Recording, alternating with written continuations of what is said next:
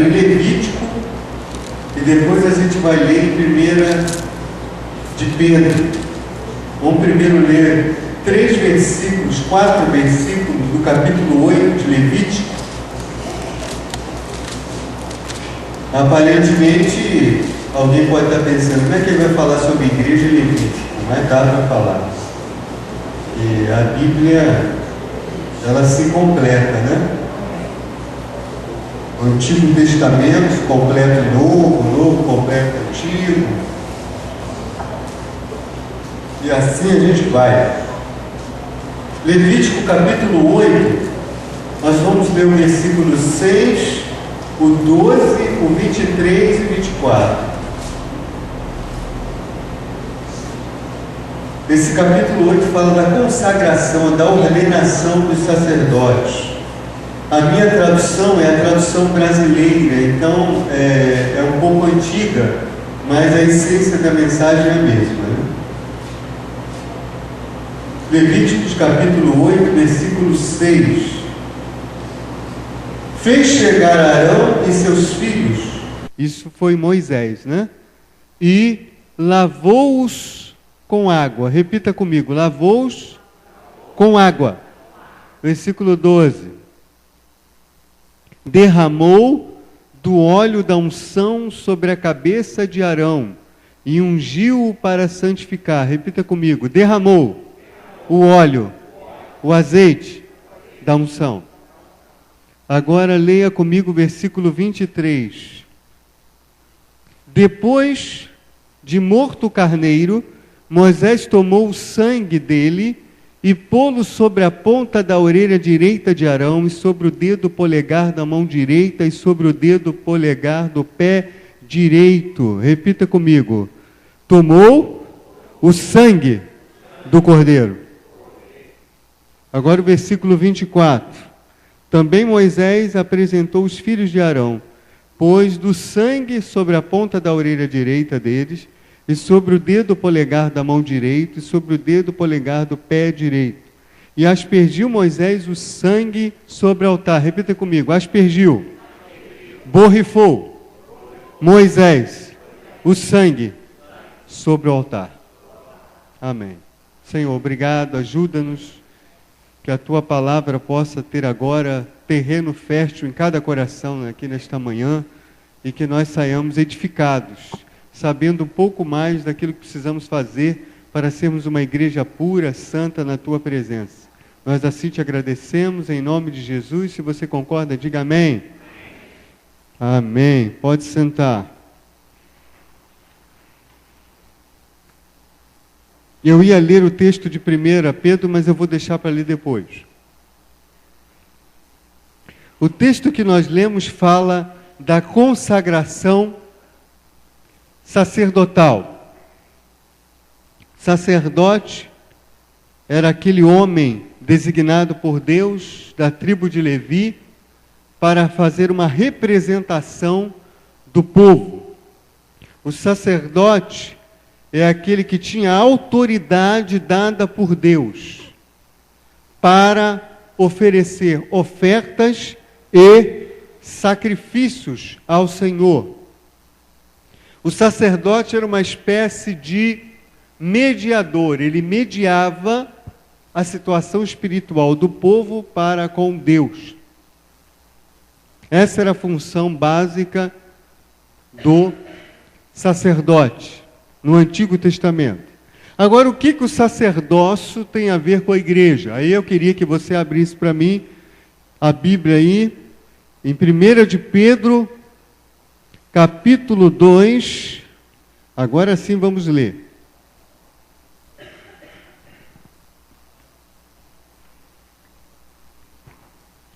Versículo 9.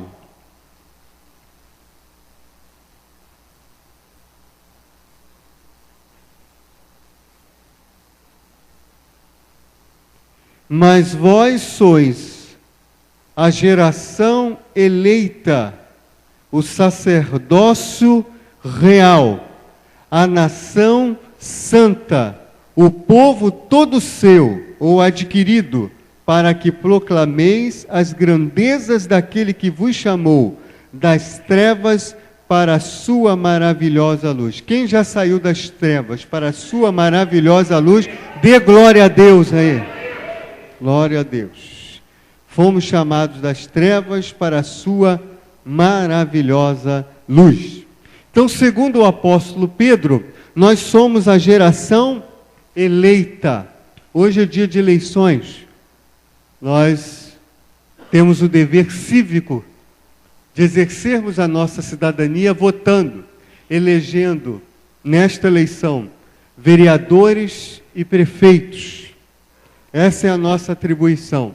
Vamos depositar o nosso voto. Mas Pedro está dizendo que na condição espiritual, nós somos a geração eleita. Geração eleita por Deus para fazer a diferença. Diga para quem está do seu lado, você, assim como eu, é geração eleita por Deus para fazer a diferença no seu trabalho, na sua escola, na sua vizinhança e na sua igreja. Amém? Nós somos a geração eleita. Mas Pedro também diz que nós, como igreja, somos a nação santa. A nação santa, ou seja, purificada, separada para fazer a diferença. E o sacerdócio real. Sacerdócio real significa sacerdócio da linhagem real. Sacerdócio que serve ao rei. E o nosso rei tem nome. Qual é o nome do nosso rei? Jesus de Nazaré. Então diga agora para quem está atrás de você, se não tiver ninguém, interaja com a parede, porque não é pecado, nem você será doido, porque Moisés falou com a rocha. Então você também pode falar com a parede. Fala para quem está atrás de você, você é sacerdote real.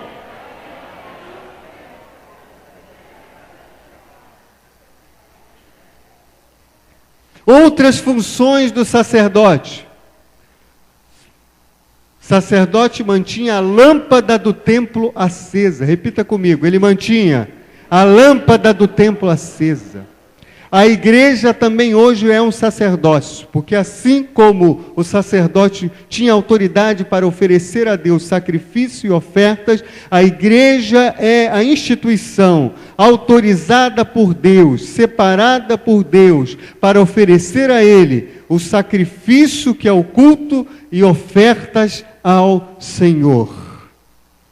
Assim como o sacerdote era uma espécie de mediador entre o povo e Deus, a igreja, como sacerdócio real, também é uma mediadora entre aquele que ainda não foi alcançado pelo amor de Deus. Ela media a situação deste com Deus, entre este e Deus. A igreja é também, como o sacerdote, mediadora. A igreja também exerce o ministério da mediação, de mediar, de servir de canal para que as pessoas possam se chegar até Deus, se chegarem até Deus, para que as pessoas possam ser alcançadas pelo amor de Deus. Mas assim como o sacerdote mantinha acesa a lâmpada do templo, as lâmpadas do templo, a igreja precisa também, como sacerdote real, manter a lâmpada do templo acesa. Templo, igreja. Então já sei, pastor, toda vez que eu chegar, eu vou ver se algum lugar tiver desligada a luz, eu vou apertar o interruptor, vou ligar, vou ver lá na chave de força. Não é isso. É manter a luz do evangelho acesa. É manter a luz da santidade acesa, é manter a luz da verdade acesa, é manter a chama do Espírito Santo acesa dentro do coração. A igreja precisa manter a lâmpada do templo A igreja é o templo, eu sou a igreja, você é a igreja, nós somos o templo. Nós precisamos manter a nossa chama acesa, nós precisamos manter a nossa luz acesa. Não é o pastor que vai manter a nossa lâmpada acesa. Quem tem a obrigação de manter a sua lâmpada acesa é você, sou eu. E tem muita gente que já deixou apagar há muito tempo. Está apagado, não é mais a luz do mundo. A Bíblia diz, vós sois o sal da terra e a luz do mundo. Mas tem muita gente que já deixou a lâmpada apagar. Muita gente já deixou a lâmpada apagar. Nós não podemos deixar a lâmpada de Deus se apagar na nossa vida e na nossa igreja. O sacerdote também tinha a função de cuidar dos utensílios da casa de Deus. É a função da igreja como sacerdócio real, cuidar da casa de Deus. Cuidar da casa de Deus. Diga para quem está do seu lado, eu e você precisamos cuidar da casa de Deus. Primeira atitude para cuidar da casa de Deus, estar na casa de Deus. Primeira atitude, estar. Como é que você vai cuidar se nem na igreja você vem? Você está. Estar na casa de Deus. Eu vou parar por aqui, porque a vontade que dá é ir com tudo, mas eu não vou fazer isso. Por quê? Porque quem está aqui na manhã de hoje não merece ouvir determinadas coisas que eu teria para dizer nesse tópico. Sabe por quê? Porque você veio à casa de Deus. Amém? Então também não é justo eu entregar uma coisa que você não merece e aquele que ficou em casa que merecia escutar. Mas ele vai escutar, porque uma hora ou outra Jesus vai pegar ele. Você pode ter certeza disso, que Jesus vai dar uma pegadinha nele. Mas eu vou parar por aqui. Cuidar da casa de Deus. Primeiro, estando presente. Segundo, se envolvendo. Terceiro, contribuindo. Repita comigo. Eu preciso cuidar da casa de Deus. Em primeiro lugar, estando presente. Em segundo lugar, participando, me envolvendo. Em terceiro lugar, contribuindo. Amém? Se você fizer isso, nota 10 para você. Se somos o sacerdócio real, necessitamos dos 3 elementos que estão em Levítico capítulo 8, que são fundamentais para a purificação do sacerdócio. Uma igreja pura é uma igreja sacerdotal. E a igreja sacerdotal é uma igreja que tem que passar pelos 3 elementos de purificação que o sacerdote precisava passar para estar consagrado, puro, separado diante de Deus. E aí eu quero que você volte para Levítico capítulo 8, que nós vamos destrinchar esses 3 elementos. Esse é o tema da mensagem, os 3 elementos da purificação. Repita comigo, os 3 elementos da purificação. Vai ser rápido, não vai demorar não. Os 3 elementos da purificação. 3 elementos fundamentais que a gente já citou aqui no versículo 6. E fez chegar Arão e seus filhos e lavou-os com água. Primeiro elemento da purificação. Repita comigo. Primeiro elemento. Eu peço para você repetir porque isso é didático, para fixar. Primeiro elemento da purificação do sacerdote. E, portanto, da igreja sacerdotal é a água. Água na Bíblia tem muitos significados, mas eu quero dar aqui um significado fundamental. Água é a palavra de Deus. Primeiro elemento de purificação é a água. O sacerdote tinha que se banhar, muito bem banhado. Tinha que chegar com um banho bem tomado, limpinho, na presença de Deus. Aí já tem uma ideia de que crente não pode ser fedido. Crente não pode andar sujo. Amém? Crente tem que andar limpo. Não pode ser que chegou aquele crente, tapa, chegou. Não pode ser assim. Crente tem que observar, de repente dá uma cheiradinha no hálito, ver se não está com mau hálito, senão você vai evangelizar e o cara cai duro. Aí você pensa que o cara está endemoniado e não está, ele caiu por causa do teu hálito, teu bafo de onça, fez ele cair e desmaiar. Então você tem que observar certas coisas. Como é que está a sua aparência? A aparência é muito importante. O rei Acasias, quando ele mandou 2 camaradas irem até Baal, deus de Ecrom, para consultar, para saber se ele ia morrer ou não, porque ele estava muito doente, os 2 camaradas não chegaram lá, porque pulou na frente dele Elias. Elias pulou e disse: onde é que vocês vão? Diga a Acasias que ele, da onde ele está, ele não sai, do leito em que ele está, ele não sai. Sabe por quê? Porque não há Deus em Israel para que ele vá consultar Baal, deus de Ecrom. Quando os 2 voltaram, Acasias falou: e aí, qual a resposta? Não chegamos nem lá, porque apareceu um camarada muito estranho no meio do caminho e entregou tudo. Ele falou assim: mas entregou o quê? Disse que da cama que o senhor está, o senhor não levanta mais. E Acasias... E aí Acasias, em vez de perguntar o nome, não, qual é a aparência dele? Quando o pessoal começou a descrever, Acasias começou a gelar. Sisudo, anda com peles de animais. Aí Acasias, só para tirar uma dúvida, ele tinha uma capa? Tinha. Aí Acasias, não tem jeito, vou morrer, porque Elias, e a palavra de Deus na boca de Elias acontece. A palavra de Deus na tua boca acontece. A palavra na tua boca é a verdade. Jesus diz: santifica-os na verdade. A tua palavra é a verdade.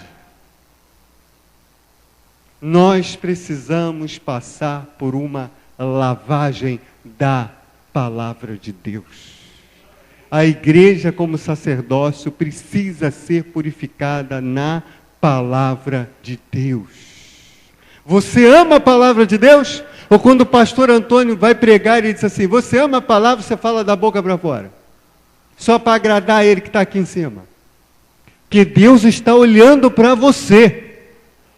Se você fala, ama a palavra e não pega na palavra, você está mentindo. Quantas vezes você pegou na Bíblia nesta semana? Quantas vezes você leu a palavra de Deus nessa semana? Tem gente que não traz nem a Bíblia para a igreja.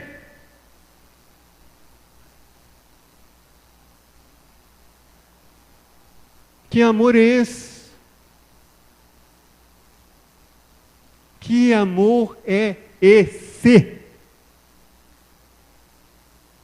Escondi a tua palavra no meu coração para não pecar contra ti. É a água, é a palavra de Deus. Repita comigo: a palavra de Deus. Nosso alimento, nosso guia de fé, de prática. É a palavra de Deus. Nosso espelho. Onde vemos as nossas sujeiras, é a palavra de Deus. A lâmpada para os meus pés, a luz para o meu caminho, é a palavra de Deus. Eu amo a palavra de Deus. Amém. Glória a Deus. Se você lê algum outro livro, mais do que a Bíblia, alguma coisa está errada na sua vida. Segundo, Levíticos, versículo 12. Falei que não vou demorar? Não vou demorar. Versículo 12. Derramou o óleo da sobre a cabeça de Arão. Lembra do Salmo 103? É como óleo precioso que desce sobre a barba de Arão até a orla dos seus vestidos. O óleo, o segundo elemento da purificação da igreja. A palavra é a primeira, a água. Segundo, o azeite. Sabe o que significa o azeite? a unção do Espírito Santo sobre a cabeça. O óleo foi derramado na cabeça de Arão. Unção é na cabeça. O que você tem na sua cabeça? Unção? O que passa pela sua cabeça? A unção de Deus está na sua cabeça?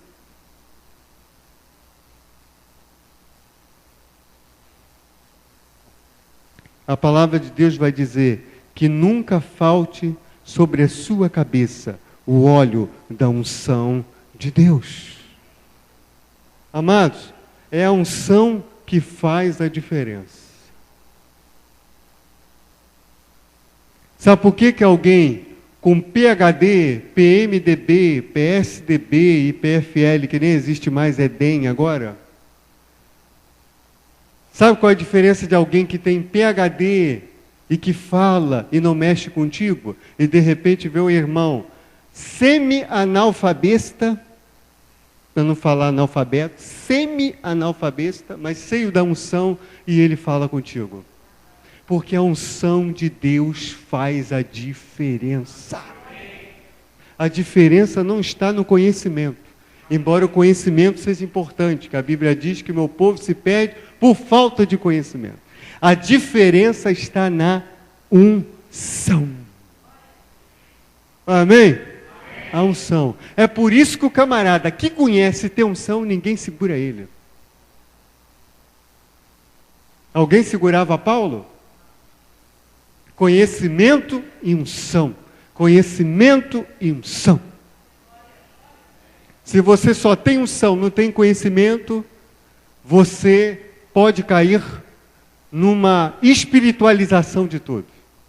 Se você tem conhecimento, mas não tem unção, você pode entrar numa racionalização de tudo. Você precisa do equilíbrio. A vida cristã é equilibrada. Então você precisa do conhecimento e você precisa da unção. Nunca falte sobre a sua cabeça o óleo da unção de Deus. O óleo da unção de Deus precisa estar na nossa cabeça. Precisa estar na nossa mente. Versículo 23. Depois de morto o carneiro, Moisés tomou o sangue dele e pô-lo sobre a ponta da orelha direita de Arão, sobre o dedo polegar direito, sobre o dedo polegar do pé direito. E também fez isso com os filhos de Arão, a casa de Levi. Primeiro elemento da purificação, a água, a palavra que lava a mente e o coração. Segundo elemento, o azeite, a unção do Espírito Santo sobre a cabeça da igreja, sobre a cabeça do crente, sobre o corpo, que é a igreja, que o óleo da unção já está sobre a cabeça, que é Cristo. Aliás, ele é o cabeça, né, da igreja. É o cabeça da igreja. E ele não abriu mão da unção, ele disse: o Espírito do Senhor Deus está sobre mim e me ungiu. Se nem Jesus abriu mão da unção, por que... fala isso com a pessoa que está do seu lado. Fala assim, se nem Jesus abriu mão da unção, por que você não quer saber dela? Amém? Amém. Então, em vez de você entrar na igreja com qualquer coisa que não deve estar na cabeça, entre na igreja com a unção de Deus na tua cabeça. Amém? Entre com a unção de Deus na tua cabeça. Terceiro elemento, então, é o sangue. Quais são as funções do sangue? Rapidamente. Nutrição, purificação e proteção do organismo. O sangue nutre o organismo, o sangue purifica o organismo, e o sangue leva as impurezas, vão ser filtradas, e o sangue protege o organismo. As células de defesa estão no sangue. Olha que coisa interessante, não é? O sangue tem a função de proteger. É por isso que nós dizemos que o sangue de Jesus nutre a nossa alma, purifica a nossa mente e nos protege contra o mal. Repita comigo. O sangue de Jesus nutre a minha alma, purifica a minha mente e me protege contra o mal. Amém? Você já tem o sangue de Jesus na tua vida? O sangue de Jesus está na tua vida?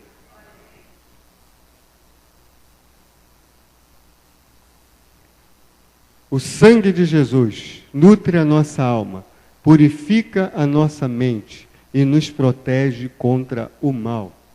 Mas o sangue de Jesus Cristo, teu Filho, me purifica de todo o pecado. É o que diz a Bíblia. Então não há igreja purificada sem água, sem azeite e sem sangue. Repita comigo, não há. Igreja purificada sem água, palavra, sem azeite, unção, sem sangue, vida, purificação e proteção. Você quer identificar uma igreja pura, purificada? É uma igreja que tem vida, que tem sangue. Porque sangue é vida. Uma igreja morta, apática e caída, é bem provável que seja uma igreja que ainda não foi de todo purificada.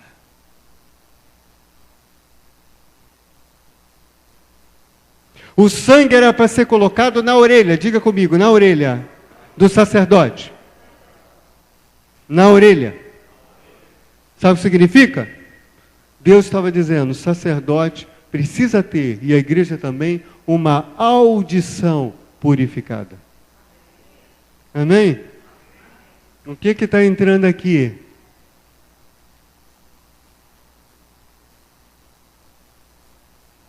Hã? O que está entrando aqui? Será que você está deixando o inimigo semear palavras contaminadoras na tua vida?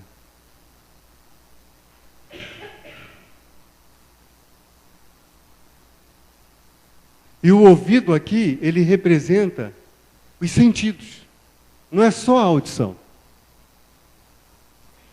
O bom obreiro é aquele que tem uma boa audição espiritual.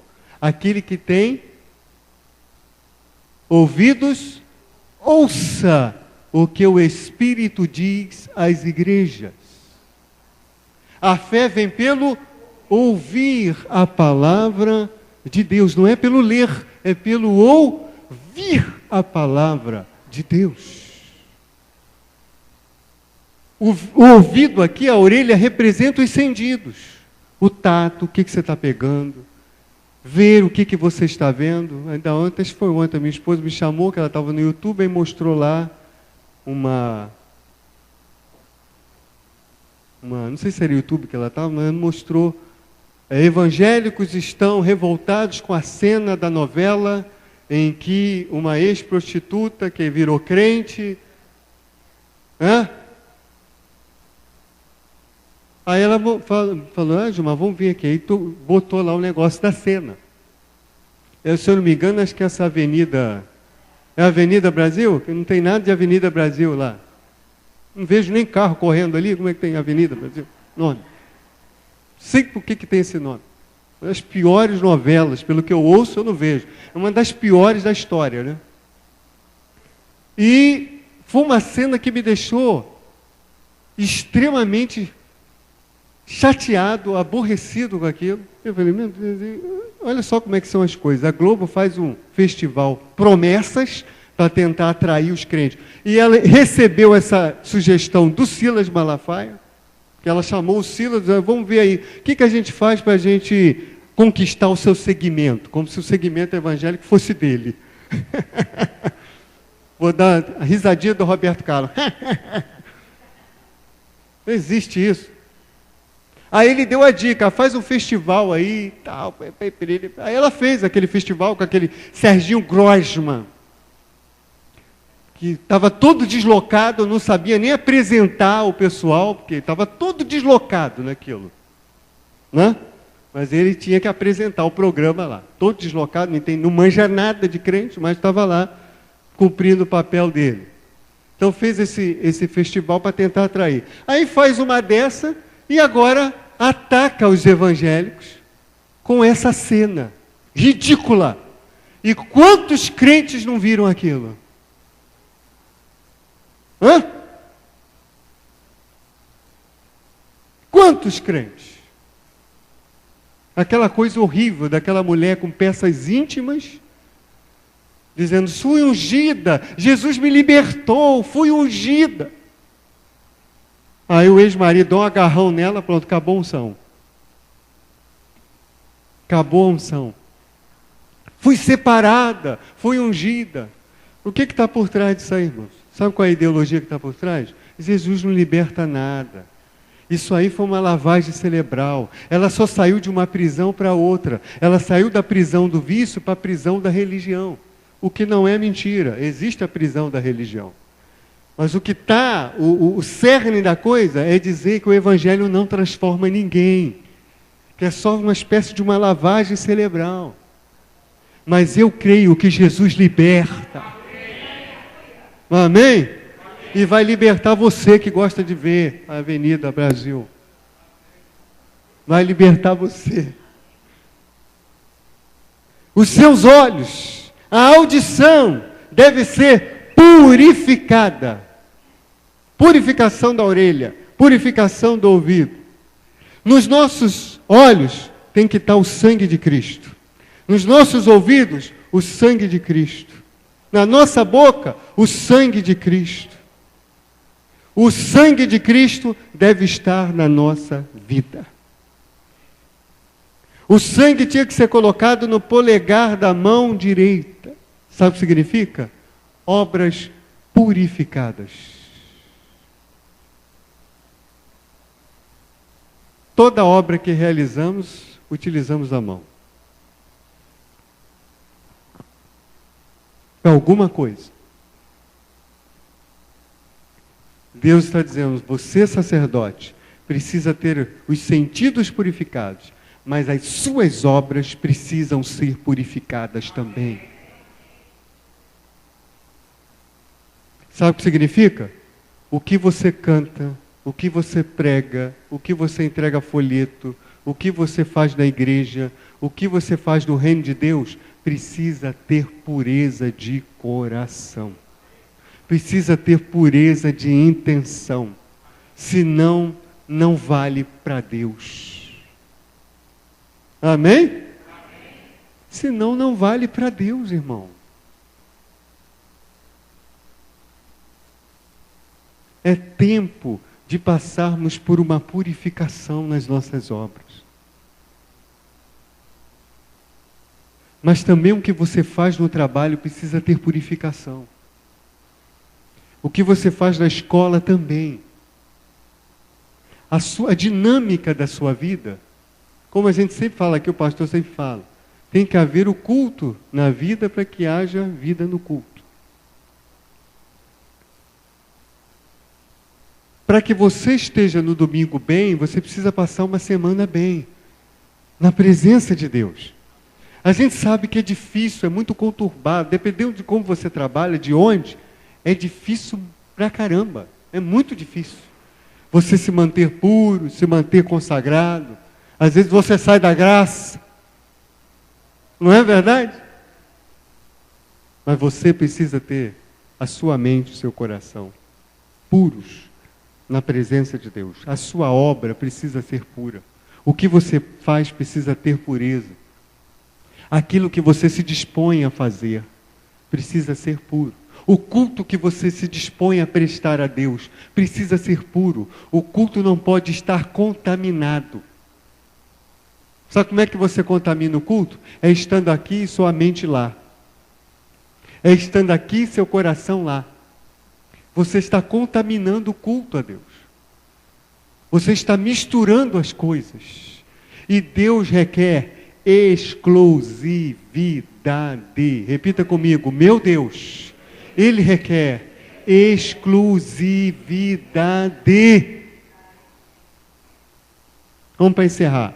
O sangue no polegar do pé direito. Deus está dizendo para o sacerdócio real, que é a igreja, que o seu caminho, a sua trajetória, precisam ser purificados. Amém? O sangue tinha que estar no polegar do pé direito.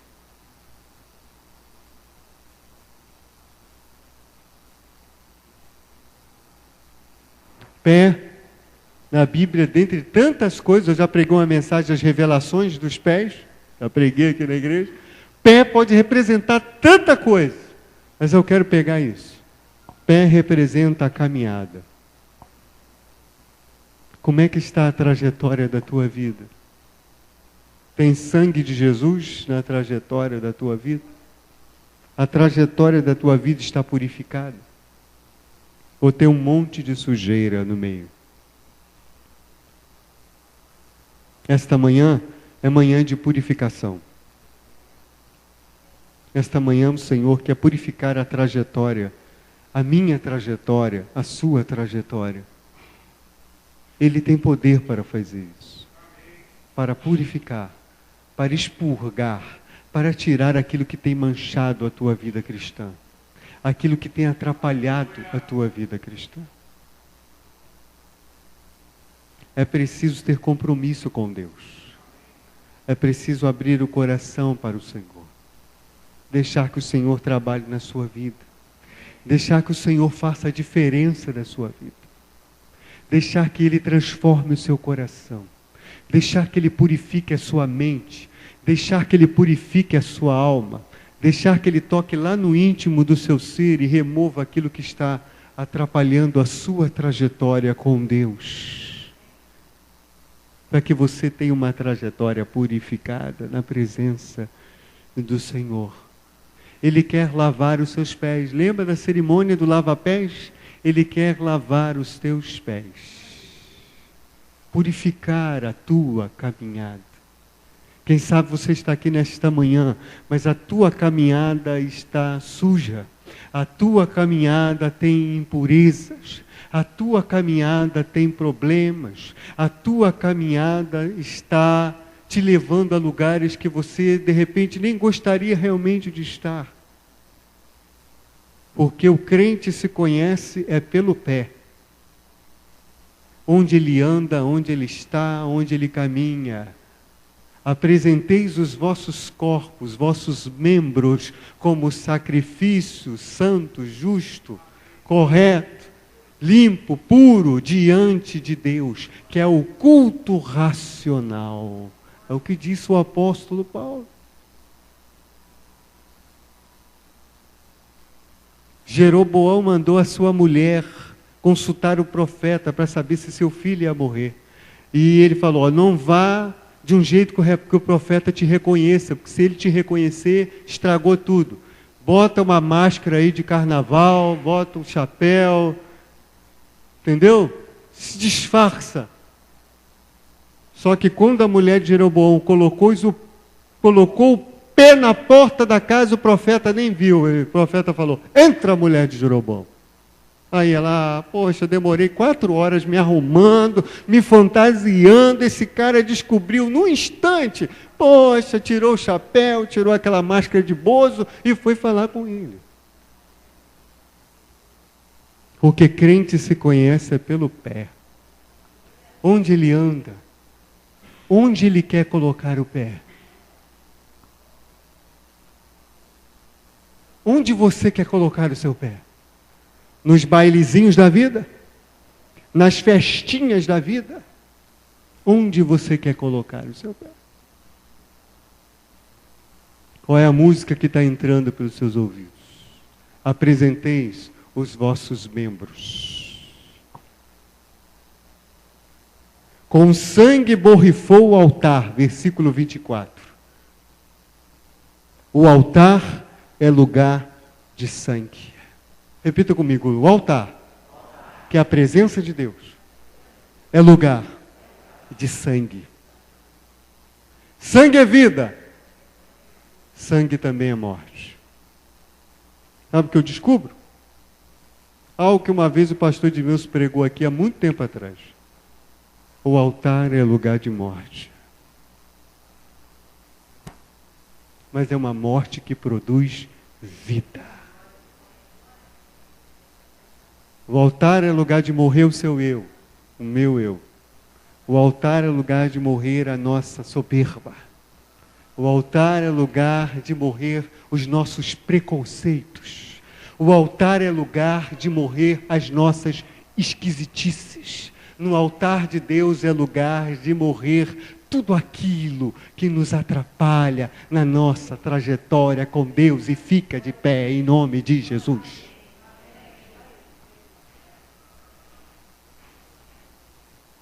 O altar é lugar de morte para produzir vida, para que nós possamos, como disse Pedro no capítulo 2 da sua primeira epístola, versículo 9, para proclamarmos as grandezas de Deus. Nós fomos purificados para proclamarmos a grandeza de Deus. O altar é lugar de morte. É lugar de aspergir, de borrifar o sangue remidor, o sangue purificador, o sangue que liberta de todo o pecado. Quem quiser estar no altar de Deus, vai ter que deixar Deus matar na sua vida o que precisa morrer. Está disposto a isso?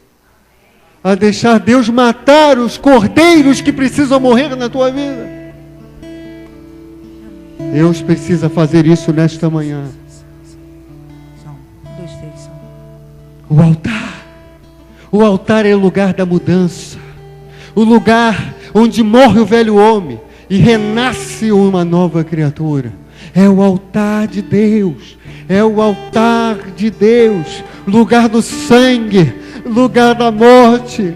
Lugar de morrer o eu. Lugar de morrer eu posso, lugar de morrer o eu faço, lugar de morrer o eu aconteço, sem mim nada acontece, sem mim as coisas vão para trás. Não, não, não, é lugar de morte. Morrer, matar as minhas esquisitices, morrer as minhas tradições, os pecados íntimos, de estimação. O altar é lugar de morrer o desejo de fazer as coisas do mundo, de ouvir o que o mundo está ouvindo, de comer o que o mundo está comendo, de se alimentar das bolotas que os porcos comem. O altar é lugar de mudança. O altar é lugar de purificação. O altar é lugar de transformação.